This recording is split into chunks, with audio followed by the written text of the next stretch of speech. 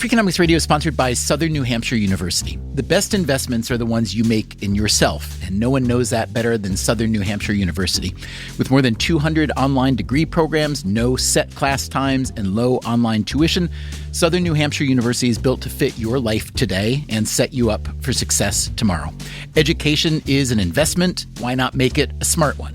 Apply for free at snhu.edu/Freakonomics. Freakonomics Radio is sponsored by Hotels.com. Hotels.com gives you access to hundreds of thousands of hotels worldwide.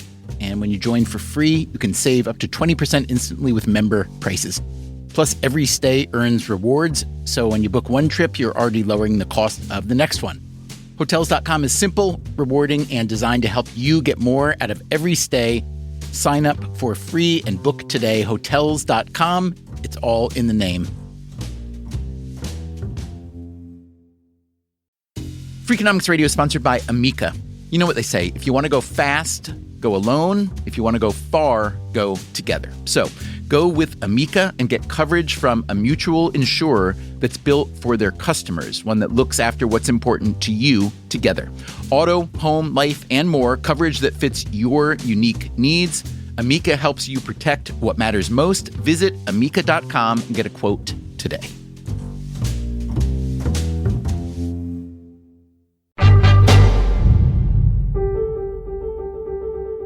Hey there, it's Stephen Dubner, and we have got a bonus episode I'd like you to hear.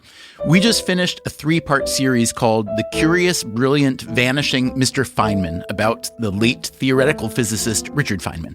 When he was in his 20s, he worked on the Manhattan Project. When he was in his 60s, he served on a presidential commission investigating the Challenger space shuttle disaster.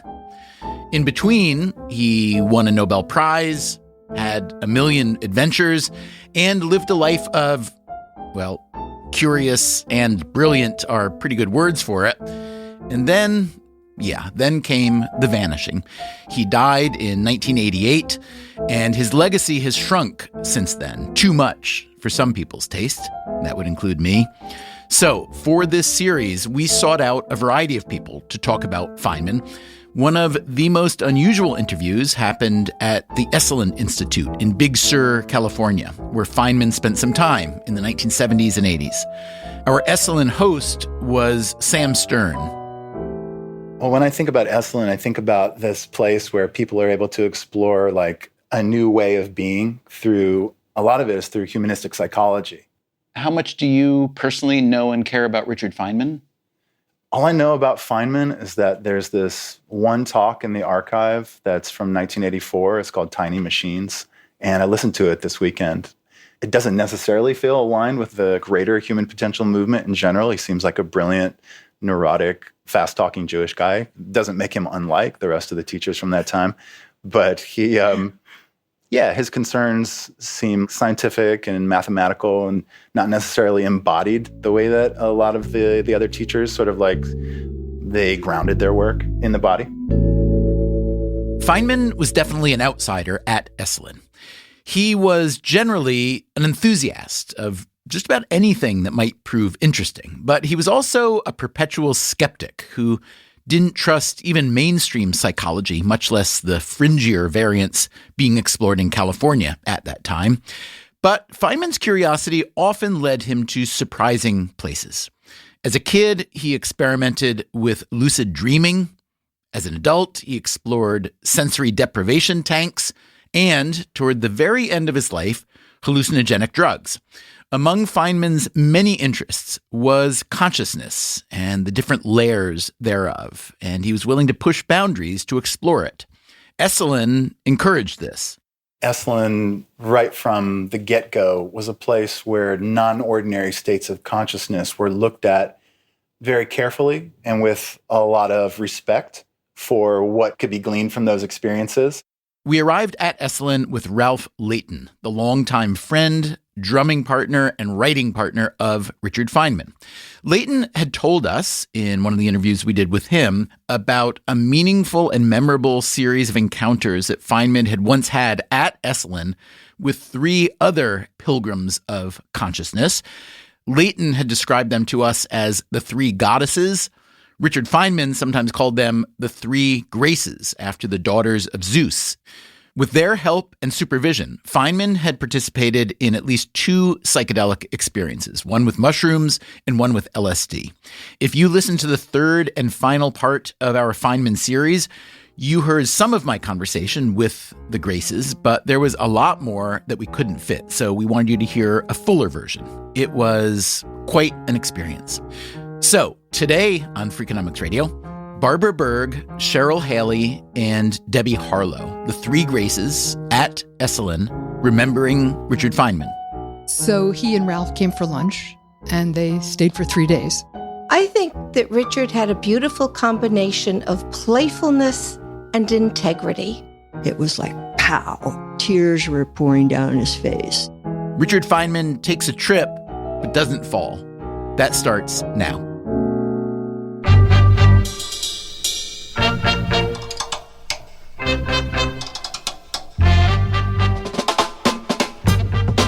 This is Freakonomics Radio, the podcast that explores the hidden side of everything, with your host, Stephen Dubner.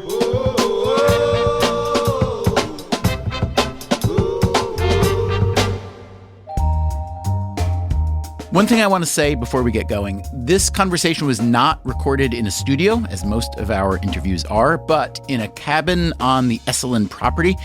And there were 4 open microphones, so the audio may be a bit looser than you're used to hearing on this show, but I think you will find the trade-off acceptable. First, just introduce yourself, say your name, what you do, and then maybe a little something about Feynman. Okay, so my name is Cheryl Haley. I was a psychoanalyst in Manhattan for many years until I got introduced to Esalen, where I discovered a totally different worldview.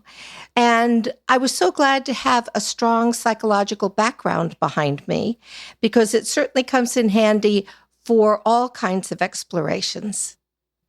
My name is Debbie Harlow, and I'm a psychotherapist. I worked with MDMA and other psychedelics as a youngster in training with people like Leo Zeff, Stan Groff, and Claudio Naranjo back in the 80s, shortly before I met Feynman. I went out to Harvard to do a graduate degree and later a postgraduate in research. I was fascinated with these materials as an adjunct to psychotherapy and personal and spiritual growth. While I was at Harvard, I ended up rooming with 3 of Marvin Minsky's students in the AI department. And I got to know these wonderful, quirky guys with brilliant minds, but often who didn't have the greatest sense of social skills and connectivity. And so I thought, oh, this is just the right, milieu for introducing the work that I was doing with MDMA. Long story short, I had heard Feynman's name mentioned many times. And when I heard he was at Esalen, I thought, oh, wouldn't it be nice to go down and hear what he has to say? I came here and I met Dick, and I spent about 3 hours walking around Esalen, getting to know him and sharing our personal stories. And then at the end of that time, I asked him, I said, have you ever tried psilocybin mushrooms? And he said, no. And I asked, would you like to? And he said, yes. So that's the beginning of our story together. Okay, Barbara? Barbara wants to run out of the room. My name is Barbara Berg, and I came to Esalen at the age of 28 from Connecticut. I was bored in graduate school. I was looking for greater understanding about the nature of consciousness and evolution. I started here as a work scholar. I stayed on to end up teaching at Esalen and running month-long programs at Esalen, and work with Stan and Christina Groff on the holotropic breath work, what became holotropic breath work. And it was a wonderful time in Esalen. There was a lot happening with consciousness and psychedelics at that point. And Feynman was coming to town. Cheryl and I happened to live a mile up the road at the time. He gave a talk that was very, I thought, charming as well as inspirational. And we invited him to our house. And that's how we began our friendship. And at that time, MDMA, I should point out, for my insurance policy at least, was legal. And so I was, because I'd had powerful experiences with it and was training with it, I would sometimes bring it to the Esalen community. I don't know why we didn't offer Richard Feynman MDMA at that time. For some reason, it just seemed like mushrooms, that's what came up, and he was interested. Did it seem as though somehow he were more of a mushroom guy than an MDMA guy? I mean, I'm sure MDMA could have been a lovely experience too, but I had been working with scientists, mostly scientists, but creative people. And I found that working with psilocybin often opened up doors. So wouldn't it be nice to provide him the opportunity? It didn't work out like that. It was much more of a personal and deep experience. I asked him afterward. He said, nope, nothing about my work, but wow. So he was here for a few days to give a presentation and to hang out? Yes, with Ralph. He was invited to give a lecture at Esalen, which he did beautifully about computers and whether or not they can think. That was really the reason that he was invited to Esalen, although he made additional use of it along the way. And when you say additional use, just describe what that additional use would be. In addition to the dancing, the lecture, the drug experimentation, the hot springs. That wasn't part of the official Esalen program. I think that would also please him that he could come to this wild and crazy place and let loose. And that was common. I mean, interesting people would come in, give a presentation to the community at large, and then they were invited to stay for, maybe a couple nights. And they could go to the baths, they could do a drum circle, they could meet people, they could just enjoy being at Esalen. What I remember that I thought was quite significant was when Richard was getting off on LSD for the first time. We were watching the water, and the water was moving, and he started saying, "We've got to draw the line somewhere. We've got to draw the line somewhere." And I always remembered that because to me, it meant that once one started entering that unitive state where everything becomes interactive and commingled, there's an arbitrary line that is drawn that is consensually agreed upon to be the nature of reality. For me, the relationship with him was also just the pleasure of having a personal relationship. Yeah. And who he was and getting to know him in his many essences. We all met him under different circumstances over the period of a couple of days. So I'd like to share how I met him, which was he gave this talk, Can Machines Think? And I kept looking at him as a Jewish New Yorker. I thought, Mishpucha, this man's my family. So for me, the meeting with him was personal. And Cheryl and I were so entertained that we agreed we'd have to have him back to the house. So we decided to write him an invitation. And we knew that if we wrote him an invitation, that had better be fairly outrageous to catch his attention. So I wrote something about my theory of something according to Marx, and then in parentheses wrote Groucho. The invitation was delivered. He read it and he crumpled it up per Ralph and said, "People always want something from me." And he threw it on the floor. And then Ralph picked it up later, opened up and said, "I think you better read this." So when he read the whole note, to our great good fortune, he said, "Let's go." What did he miss? That you were nice young ladies that he would enjoy spending time with? Or No. That we were going to offer, like a level of like-minded entertainment. I see. So he and Ralph came, and they came for lunch, and they stayed for 3 days. At the house? Yes. Oh. And that's when the mushrooms unfolded and Debby entertained. And this is why it's such an interesting, because Barb, I didn't even know that piece of the story until this afternoon. So my trajectory with Dick just had to do with, I came down, I was house sitting for a psychologist in Berkeley, and I had the inspiration to come here to get to know him and see if he was interested. And we spent maybe 3-4 hours talking one afternoon, just walking around the grounds, looking at the ocean. And I was just blown away with the depth and intimacy of that conversation with somebody I had just met, and his capacity to go really deep and yet be playful at the same time. We talked a lot about our early lives. He talked a lot about Arlene. I think how it came up, I said, I know a lot of scientists, and I have to say, you're one of the most well-rounded I've ever met. And he said, well, that may be true, but if it is, it's all due to Arlene.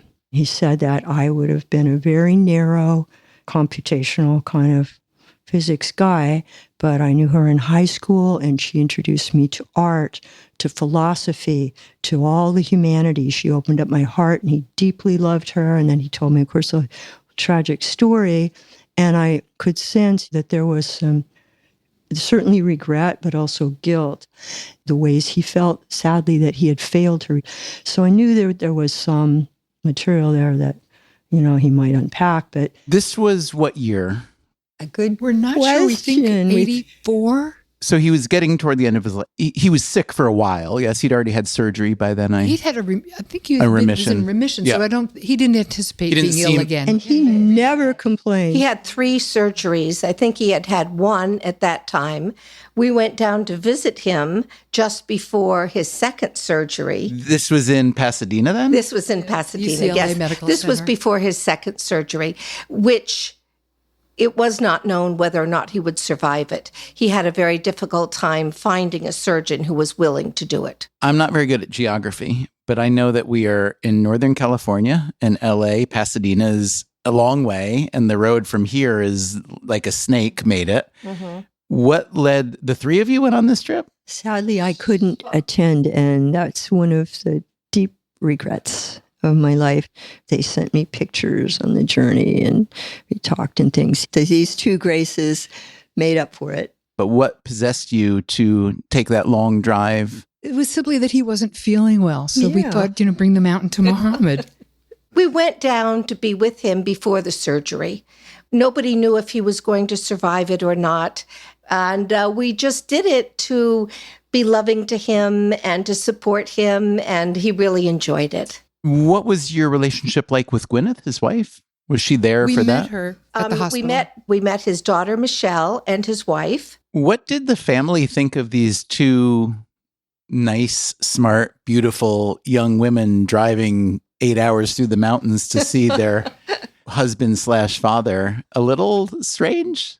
They seemed very okay. I think they were respectful that we'd come and really cared. Yeah, I felt very accepted. I did not feel judged at all for our being there. So the 3 of you obviously had an intense, happy relationship with him that was formed here under interesting, heightened circumstances. And you formed this band of 3 goddesses that sound like you feathered into and out of his life for a while. Do you have any sense whether that was a typical thing for him? Do you think he had goddesses scattered around the rest of the world? No, I think it was rather unique. He didn't let on. No, I don't think so either. Dick showed such deep respect for each of us had a personal relationship with him. He got me at very deep levels. I would say, if anything, he maybe was a little bit paternal. He is quite protective. He cared about me as an individual. We talked about my career. We talked about what my goals were, what drove me. He wasn't a taker. He was a person who gave deeply of himself, shared what wisdom he had. He shared his levity. I really appreciated his friendship. We joked around with the 3 goddess feeding him the grapes, but that was really not the essence of the experience. Coming up after the break, why did Feynman want to experiment with psychedelics when he'd never done drugs before? I'm Stephen Dubner. This is Freakonomics Radio. We'll be right back.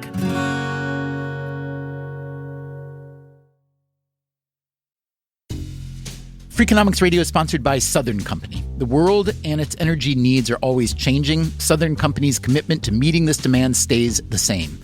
That's because Southern Company believes energy is more than a utility, it's what powers possibilities. So they are looking ahead and investing $80 billion in infrastructure upgrades and are committed to fueling growth in ways that benefit all customers so that reliable and affordable energy is accessible for generations to come. Go to southerncompany.com to learn more. Southern Company, building the future of energy.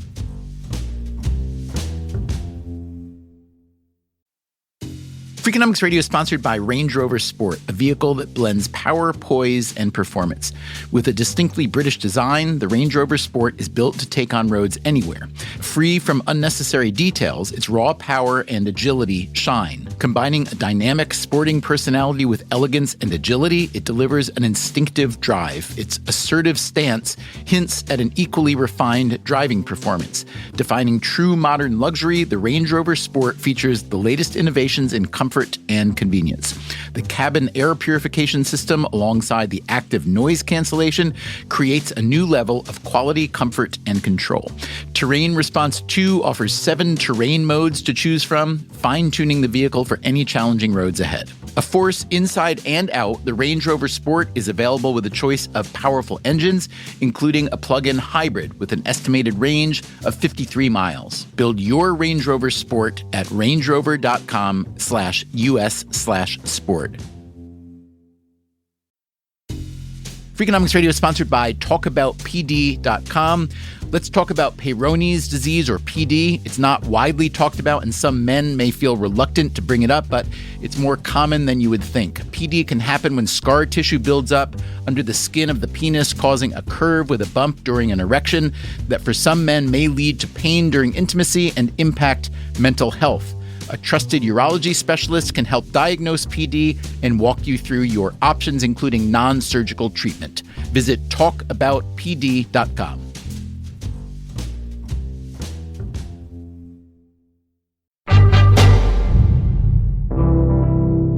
All right, back now to my conversation with Barbara Berg, Cheryl Haley, and Debbie Harlow about the time they spent at the Esalen Institute in the 1980s with Richard Feynman. I think that Richard had a beautiful combination of playfulness and integrity. I always saw both of those things present in him. Did you ever speak with him or intuit from him where that came from? Yes, he talked a lot about his father. He talked a lot about the influence that his father had on him, because as he was growing up, his father taught him that just because something is given a name, it doesn't mean that it's explained. So I could see that his father had a very strong influence on his way of seeing the world, his curiosity about it, and just his whole frame for his approach. The father strikes me as a lot of men of that generation and that intellect and that place where they could have accomplished something more or different had they been born a generation later or maybe in a slightly different family. Do you ever think Richard Feynman felt that he was fulfilling some of his father's intellectual appetites? I don't know, but my sense of him is that his father just gave him this gift of a way of looking at the world, which so excited him and turned him on that, it's like he's so excited about every day solving these problems. It turns out to be a little answer or a big answer. It doesn't matter. He was inspired by his dad. Yeah, I think Definitely. he was inspired. He's spoken, you can see that on documentaries, but I think he was just insatiably curious in the most, lovely way. How did he feel about being the center of attention? His favorite He role. enjoyed it. Was he good, however, at not going over the line and becoming Yes. obnoxious and arrogant? For the most Oh, part. I don't think obnoxious arrogance might have been his best quality. He had high self-esteem. He loved attention. Many people who love attention and have high self-esteem are not fun to be around. What made him different? Humor. Reciprocation. Yeah. He was genuinely good-natured. Yeah. I mean, he genuinely enjoyed himself, and that was contagious. Mm-hmm. So I think that he supported other people having a good time as he was having a good time. How was he different when he was on a trip on acid or mushrooms versus not? He was quieter. I wanted to say for the record that I have a background as a psychotherapist, so I know about confidentiality. So even in 1984 or whatever year, we were very specific to ask him whether we did or did not have permission to reveal that he had taken psychedelics. And he gave carte blanche permission. Yeah. Thank you for sharing that, Barb. Yeah. He didn't really go around and tell very many people about it. There's only one or two. It was quite confidential. Yeah, thank you. And in his books, he's kind of careful. He'll say, I tried a few things here and there, but I feel like my mind is my best attribute and I don't want to mess it up. And that was a lot of the reason that he had never done any drugs prior to that time, because his mind was so precious to him and he didn't want to do anything to tamper with it. And so he did confide to me that the reason he was willing to do it at this time was because, well, like I said, he had already had surgery for cancer. He was going to be undergoing his second surgery. I think he knew that his time was coming. And because he was so curious and he was such an adventurer, I think he really wanted to try it before he died. What was he hoping, do you think, to accomplish? Well, the nature of what a physicist does is explore the nature of reality. And I think he was equally curious about his own nature of reality. And so anything that he could learn or experience that was new was welcome to him. In fact, he told me about how he used to experiment in his dreams. He would set up a task where he would have a nail on the wall and he would try to feel it in his dreams and see if he could actually sensorily feel the nail. And so he was curious about his mind in the same way that he was curious about all facets of reality. I think he was genuinely curious, and he knew that he did not have too much time to live. Ralph told me that until he did that big mushroom trip, he could never talk about Arlene, at least with another guy, with Ralph. And he said that after that, he was able to open up. He was able to really share emotionally things that he just wasn't able to do before. So whether that happened as a result of relationships and, talking, or whether it happened some combination with that and the mushrooms, I don't really know. And that was 40 years earlier by that point, right? Oh, More than 40 years. He deeply loved Arlene, and he did talk to us about her. Yeah. I mean, he said he met her when she was 16. She was shortly diagnosed with TB. They got married anyway. I think that his love of Arlene was not some kind of idealization of romantic love. I think he touched into a deep kind of love, and I think that kind of love can stay with a person for the rest of their lives. And I think she became very much a part of him. It's like he expanded who he was through knowing her. And so I think that the main thing that I saw that was still haunting him was the sense of some regret and grief and a little bit of guilt as well. So I think he still was carrying some, internal conflict about that. And so it felt to me like these sessions helped him to release that sense of guilt. But I think that he was definitely, in a felt sense, carrying that still, even these 40 years later. I think the fact that we were genuinely loving with him, and I think it allowed him to remember, to re-experience some of what he felt with Arlene. Just a kind of love with integrity. This was what we had with him was nothing romantic. Yeah, and the same here. It was. But it allowed that to emerge. That was the idea. He mentioned to me something like, I can't remember the phrase, but he said that they shared ideas, but from these very different perspectives. And she enlarged his vision of what it was to be human. He took an art class just to be near her, and then he got really into drawing. And so I think it was more like a platonic love like that. It was like a deep friendship, and it was unique, I think, to each of us. And I'm sure he had other people as well, men and women, who had these kinds of relationships with him. He certainly struck me as a person with a tremendous capacity for intimacy. I treasure the hours that I spent with him. Do you think it made it easier for him to have the kind of relationship he had with the three of you because there were three of you? And if it had been just one? Yes, Yeah, I do. maybe. I do. Say a little bit more about it. I think that he picked up on the fact that we very genuinely had no ulterior motive, and which was true. We're very trustworthy, which was also accurate.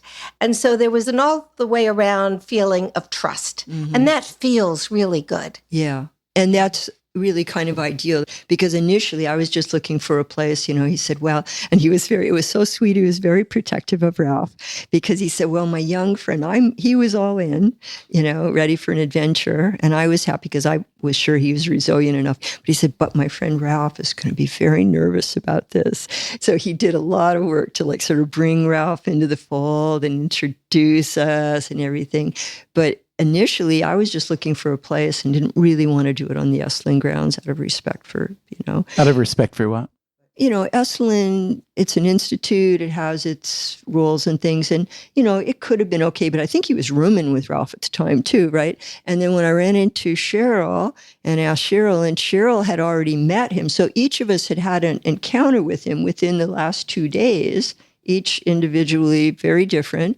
And then I said, would it be okay at your house? And she said, oh, absolutely. She said, in fact, I danced with them. So then we decided to do it there. Tell me about the place and about that night. The chocolate. Oh, yeah. Yeah, but no, the house. There's a darling, beautiful, hand-built little cabin right on the edge of the cliff of the ocean.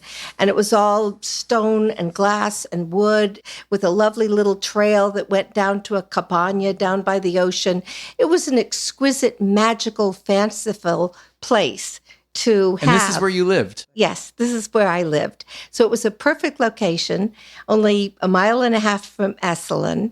And because mushrooms taste very bad, we devised this wonderful way to eat them where we made up this big batch of delicious chocolate and we treated it like fondue. So we dipped the mushrooms into the chocolate and fed them to him. And it was a very palatable way to eat the mushrooms. He was lying back on the couch and we would feed him the mushrooms dipped in chocolate, and he was in ecstasy. Now, had you all done mushrooms before that? Yes. Yeah, we had worked. Well, I had worked as a psychedelic psychotherapist. I guess And we so all had had. I. Yeah. Yes, and Cheryl, I believe, as well. And when you're doing mushrooms for your personal, not treating someone else, what were you trying to accomplish in your lives? Like, what did you get out of it? And what kind of gift were you trying to give to him? Well, I have always been extremely curious about the phenomenology of mind and perception and the astonishment of being a human being. So anything that helped to explore that further was something that I was going to be very interested in. That included hypnosis. It included learning about shamanism and traveling around the world, doing psychedelic drugs. But I was genuinely interested in the phenomenology of mind. I ditto. If you're insatiably curious about the nature of reality, then you might study yourself or your community. You know, it's this anthropological perspective. And then you have to study cosmology and, religion. Then you have to study physics, and then you have to study math. So to me, there's sort of a natural succession, and psychedelics fit right in. I would like to take this opportunity to say that I am so relieved and grateful that using substances therapeutically is really experiencing a renaissance, because I think there is so much potential therapeutic use that is so valuable. And Rick Dublin, who also we knew at Esalen, has done so much to further that cause, to bring about the legitimacy, the legality, and the therapeutic use. And I'm very, very grateful to watch this movement happening. So is there anything more from the experience with Feynman in the house, whether it's the mushroom and chocolate or the acid, which was later, right? Any other just details, description, what was going on, what the experience was like? Well, I think for me, there was just a little bit of a conflict with the other two goddesses initially, because I had planned a session, like a one-on-one, very deep session where I would basically just sit for him, try to get him to go inside and explore as deeply as possible on high dose. Not a party, in other words. Not a party. And these goddesses turned it into a party a little bit? No, not a party, but Dick was very extroverted. And so when he was coming on, he's looking at all the beauty, the stained glass, and he's wondering and everything. And I'm trying my best to get him back onto his little pallet on the floor and say, close your eyes. I promise you that it will be even more wondrous if you go inside. Eventually he did. And when he did, we did some breath work. And so when he released that, it was like, pow, tears were pouring down his face. And I could tell he was in ecstasy. He was just laid back and he was bliss, and eventually he opened his eyes and he said, oh, Debby, he said, it's even more beautiful than you promised, and then he went back inside. So he had his inner journey, and I was hoping to keep that focus and to continue that and then to do the integration. My beautiful gracious goddesses, of course, were weaving in and out, and he couldn't help himself. I mean, he opened his eyes, and there's Cheryl, all in pink. She looks like a cherub, from heaven with her blonde curls, and then he's going kind of like, oh. And so in some ways, I was a little frustrated because I was hoping to continue this journey. But then on the other hand, what came out of that, the deep friendships, the playfulness, the joy that their energies brought to him, it was probably even a better session because, then I have to go, okay, that's my agenda. What does Dick want? So they were glorious, but it was just we were slightly, not completely aligned. That's really interesting. I'd love to hear your perspectives too of that night, that session. I saw us as, we've been having a lot of fun realizing we all have different recollections. Yeah. So I saw us as all weaving in and out through that, doing it as a foursome, which was completely different than Debbie's experience. Not everything that happened with him was about psychedelics. I mean, we developed a much broader relationship with him. But I remember recalling one of the LSD session. I thought it was so funny. He was lying on the same couch staring at a banana for 3 hours, quiet as could be. Debbie had trained him well. He would just turn it once in a while. And afterwards I asked him what was happening. And he said, very sincerely said, I don't know. I was just looking at the banana. Sometimes the banana is just a banana. And I think there's room for both the outer and the inner, and Yes. to be able to have both and to journey with both. More of this conversation after the break. Also, if you'd like to hear more about Rick Doblin, the founder of MAPS, the Multidisciplinary Association for Psychedelic Studies, he was interviewed by Steve Levitt on the People I Mostly Admire podcast. That's another show on the Freakonomics Radio Network. The episode is called The Future of Therapy is Psychedelic, and you can find that wherever you listen to podcasts. I'm Stephen Dubner. This is Freakonomics Radio. We'll be right back.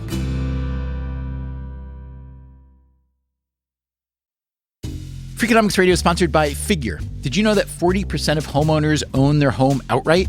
If that's you, don't let your equity sit idle. Tap it with a home equity line of credit. Figure, the #1 non-bank HELOC lender in the U.S., helps tap equity you've built in your home so you can do things like tackle a renovation or pay down debt. HELOC is a line of credit secured by your home. You can draw what you need, repay, and draw again. Figure offers a 100% online application. Get approved in 5 minutes and funding in as few as 5 days. It's faster than a bank loan and cheaper than a personal loan. Check your rate today without impacting your credit at figure.com/Freakonomics. This post is sponsored by Figure, NMLS ID 1717824. Figure is an equal housing lender. For more information about their licensing, visit nmlsconsumeraccess.org. Figure's HELOC is subject to credit approval and terms apply. Freakonomics Radio is sponsored by Advantech. No one likes a creaky floor, and builders know that the subfloor sets the tone, which is why Advantech subflooring is engineered for strength, stiffness, and moisture resistance. Advantech products are designed to stand up to the elements and give you a bond so strong it's backed by the industry's first squeak-free guarantee. No squeaks, fewer callbacks, no problem. When the schedule is tight and performance matters, head to huberwood.com/Advantech to lay the foundation of a solid build.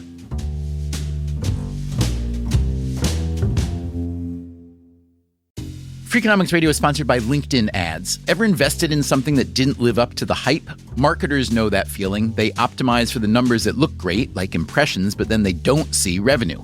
LinkedIn has a word for that: bull spend. Instead, you can get the highest ROAS of major ad networks with LinkedIn. Cut the bull spend, advertise on LinkedIn. Spend $250 and get a $250 credit. Go to linkedin.com/Freakonomics. Terms apply.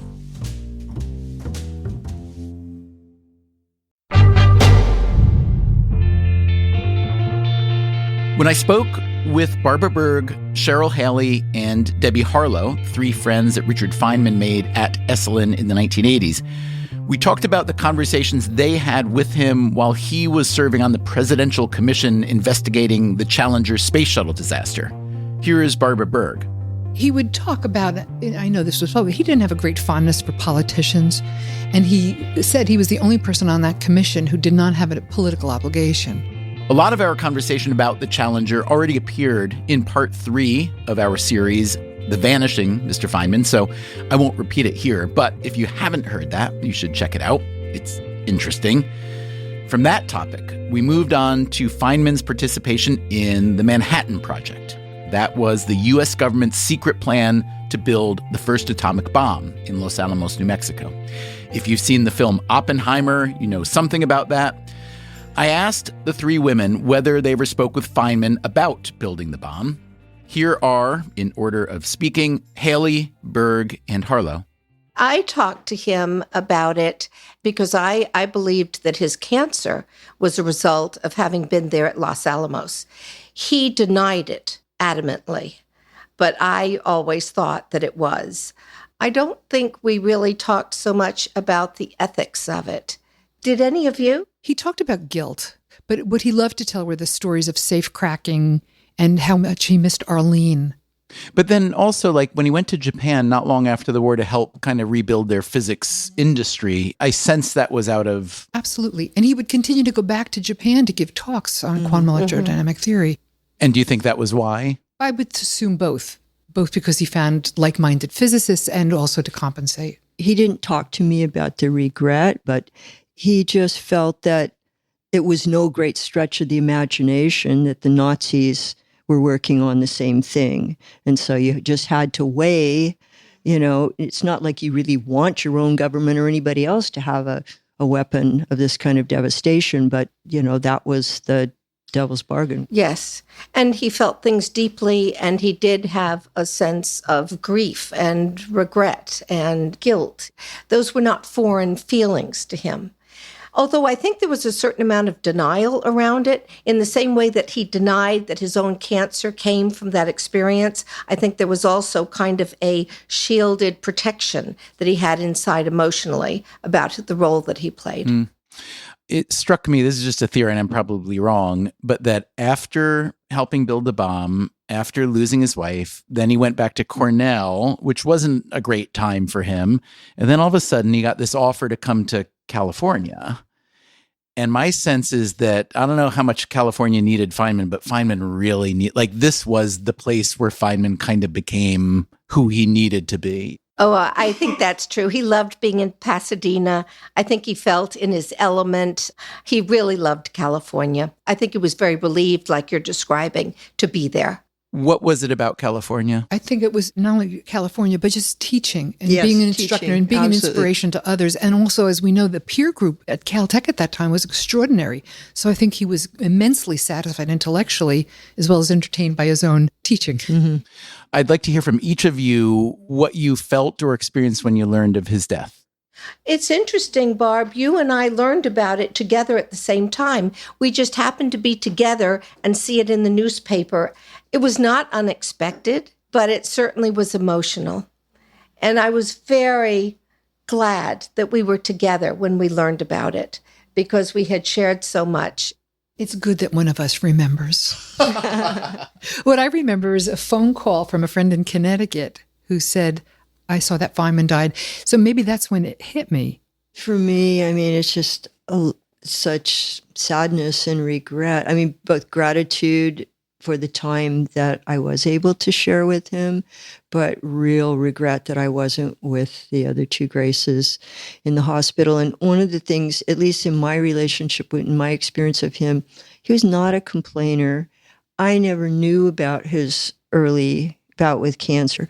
He never, ever emphasized his own suffering and his, he wasn't like that. And I just felt so bad. I knew he was in the hospital. I knew that he had cancer. I didn't know he was going to die. I was devastated, felt a lot of guilt that I couldn't have somehow extricated from my life to at least just be there to, give him a hug and joke with him. I think to his credit, when Cheryl and I went, I'm sorry you weren't with us, when Cheryl and I went to UCLA to the medical center to see him, I was impressed because, I think at that point, I think he knew. I saw him as a dying man. Oh, yes. I think we knew that at the time. Yeah. And they were just seeing, could they do something to delay it? But what was impressive to me was when we walked in the room, he was dressed, sitting up in bed. He wasn't in a hospital gown. He was sitting up in bed reading the New York Times and being lovely and nice and kind to the nursing staff. And I thought, what a great attitude, because this man knows that he's got a death sentence. What I really want to hear about is his character. How would you describe his character as a human and the way he treated other humans? That's who I think we loved, or at least I can speak for myself. I really appreciate the sense of respect that he showed to me and to us. He never came on to us sexually. He would spend the night. We'd be very cozy together. But I really trusted his character, his intention, and his integrity. And I thought that was a really beautiful thing. well, I can't speak for the other two goddesses, but it was just a deep friendship. And he never flirted with me. He never came on to me in any way. Just a very sincere, smart, not conniving kind of person. Just principled. Yes, and very authentic, very real. It's like whatever you saw was what was genuine. And I think that made him, for me, very trustable because he was so sincere and so genuine. And there was no guile about him. And a hell of a lot of joy. I mean, everything was so exciting and interesting to him. Yeah. And that was contagious. Yeah. It was like it didn't need to go there because, like you said, the banana was fascinating. We had so much fun.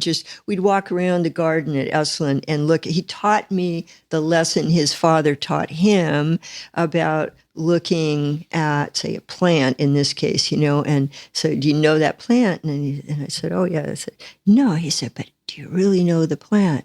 He sort of taught me that looking at the world almost in that Blakean sense of, the wonder of it, exploring it. How is it constructed? What does that mean? Look at it in its environment. So he's like that about everything. So everything was a joy. It's so interesting and useful for us that you knew him well toward the end of his life.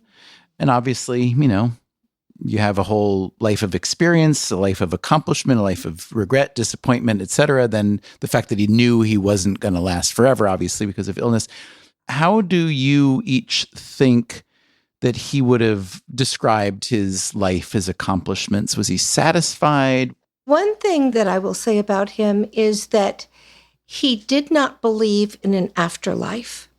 And when Arlene died, and she would come to him in dreams, he would tell her, go away, go away. He did not believe in any kind of afterlife after death. It's heartbreaking. Now, I don't mean the disbelief. I mean, it's heartbreaking that he would conjure her and then, considering how much he loved her, not want to. Exactly. And was that possibly a threat to his identity?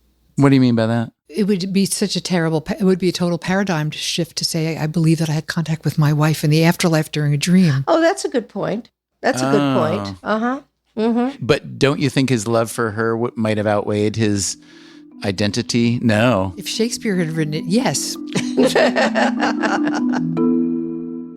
of the things I really appreciated about him was that it's like a childlike sense of wonder, with a brilliant mind.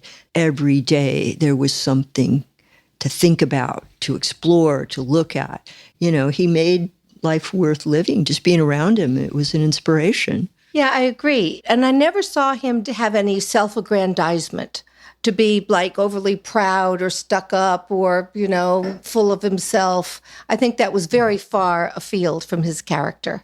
It's funny because we hear these stories where he would say, winning the Nobel was the worst thing ever because it brought all this attention. And I think, well, he might mean that partially, but he must have liked the attention. You're saying he really... No, I think he'd rather have, the camaraderie of being a drummer with somebody, that kind of attention. I would agree. And, about the Nobel, I don't remember his exact words, but it was sort of, the prize is not the thing. The knowledge and the discovery was the thing for him. And that's why he loved working at Los Alamos, because all the scientists were working together. There was that camaraderie and that shared goal and quest. Well, I don't think he was not competitive. I mean, he certainly had that side as well, but the person that we knew was a person who was just overflowing with energy and joy. But I also think he could be totally full of it sometimes. He could be full of himself. Yeah, but not in a serious way. No. In a fun way. It's like we could tease him about that, and he would tease us.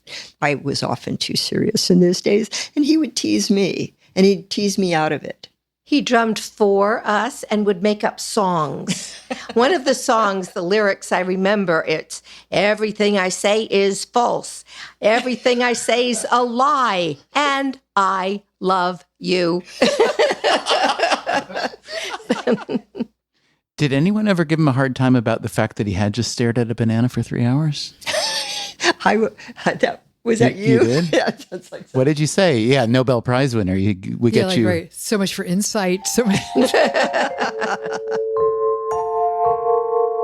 What do you think of Feynman's reputation today, such as it is? Because a lot of people don't know his name even anymore. I'm just curious whether you're surprised, frustrated that he hasn't magnified out into the future a bit more. Well, any physicist that I've ever known just falls all over themselves when they learn that I actually knew him personally. So I think he enjoys a very high reputation. But, one reason we wanted to make this series was because it seems that the world could use more of him or people like him who were very smart, very down to earth, and could speak truth to power, including the Rogers Commission thing. I feel like we don't have a lot of that now. I wonder if you have any thoughts on... I agree, Stephen, and the gift he had of taking very complex topics and explaining them in a way with metaphors and images that, of course, it's not like understanding it at the level he understands it, but I'm very excited about when Ralph showed all of these slides and what Caltech has done. I'm hoping that will get into middle schools and high schools. I think kids can watch these, be excited about physics and excited about science. I think he's a real inspiration for people who don't already have that level of knowledge. I agree with that. And also, he said that if you truly understand something, you can explain it in such a way that a 12-year-old can understand it. There are those who argue that physicists were great at making things like the bomb being the chief example, that was a weapon of destruction. And, nuclear power came from that, but the energy benefit wasn't as great as people wanted. And that the world has kind of been taken over by a different kind of scientist, which is the computer scientists who built, networks that make people hate each other a little bit more. I'm interested to hear you say, is Feynman falling out of favor or familiarity? Because I'm thinking at the same time, people are so excited about quantum physics, right? So there's talk of, string theory, what's the legitimacy of string theory, dark energy, dark matter. So I see him as one of the sort of antecedents in that larger conversation. So I hope he'll live on. What I love about is that his lectures are not time constrained. Well, hopefully this podcast will get more people interested. All right. I can't thank you all enough. This was such an interesting and generous conversation. I really appreciate it. So even if we weren't recording it for a show, I'd say this was still a great gift and blessing. So thank you. And it brought the three of us together in reminiscence also. So thank you for sharing that with us. Thanks for suggesting it. Thanks so much. That, again, was Barbara Berg, Cheryl Haley, and Debbie Harlow, the three graces of Esalen. Thanks to them and to Ralph Layton for bringing us together, to Sam Stern and Esalen for hosting us, to Mike Buffo for the engineering, and thanks especially to you for listening to this bonus episode. We will be back soon with a regular episode in our regular time slot. Until then, take care of yourself, and if you can, someone else too. Freakonomics Radio is produced by Stitcher and Renbud Radio. This episode was produced by Zach Lipinski. Our staff also includes Alina Kuhlman, Eleanor Osborne, Elsa Hernandez, Gabriel Roth, Greg Rippin, Jasmine Klinger, Jeremy Johnston, Julie Canfer, Lyric Bowditch, Morgan Levy, Neil Carruth, Rebecca Lee Douglas, Ryan Kelly, and Sarah Lilly. Our theme song is Mr. Fortune by The Hitchhikers. The rest of our music is composed by Luis Guerra. Should we use last names also? Yeah. We prefer it unless you're in witness protection or something. After the program, we may be. The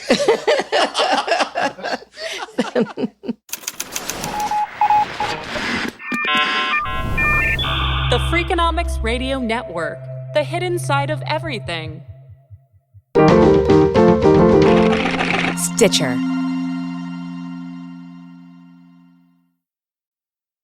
Freakonomics Radio is sponsored by Ozempic. Innovation happens through rethinking what's possible, and when it comes to GLP-1s, Ozempic pill does just that.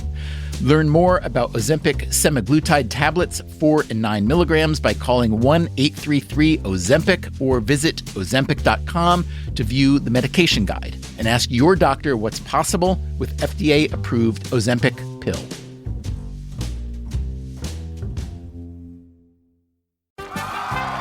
Welcome back to Should I See a Doctor?